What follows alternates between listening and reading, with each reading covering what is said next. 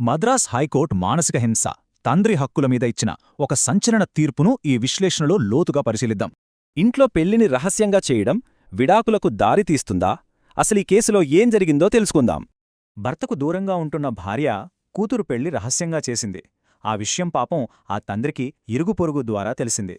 ఉద్దేశపూర్వకంగా చేసిన ఈ అవమానంతో కుంగిపోయిన తండ్రి తన మానసిక వేదనకు న్యాయం జరగాలని కోర్టు మెట్లు ఎక్కాడు.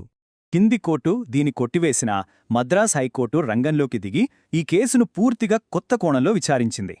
కూతురిపై తండ్రికుండే అపారమైన ప్రేమను, సమాజంలో ఒక తండ్రికి దక్కాల్సిన గౌరవాన్ని ఈ తీర్పు బలంగా నొక్కి చెప్పింది. కన్న కూతురి పెళ్లికి తండ్రిని కాదని దూరం పెట్టడం ఒక మనిషిని మానసికంగా ఎంతలా తొలిచేస్తుందో కోర్టు అర్థం చేసుకుంది. అసలు చట్టం దృష్టిలో ఇలాంటి సందర్భాల్లో మానసిక హింస అంటే ఏంటో ఖచ్చితంగా తెలుసుకోవడం ఇక్కడ చాలా ముఖ్యం. కూతురి పెళ్లికి పిలవకపోవడం, గుట్టుచప్పుడు కాకుండా చేయడం, బయటివాళ్ల ద్వారా తెలిసేలా చేయడం అన్నీ మానసిక హింస కిందకే వస్తాయని తేల్చింది.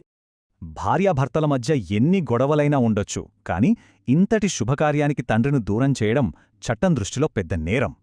ఈ చర్యలన్నే మానసిక హింసే అని స్పష్టం చేస్తూ హైకోర్టు ఆ తండ్రికి విడాకులు మంజూరు చేసి కొత్త రికార్డు సృష్టించింది. మరి చారిత్రాత్మక తీర్పు భవిష్యత్తులో తల్లిదండ్రుల హక్కులను, కుటుంబ చట్టాల రూపురేఖలను పూర్తిగా మార్చేస్తుందా? వేచి చూడాల్సింది.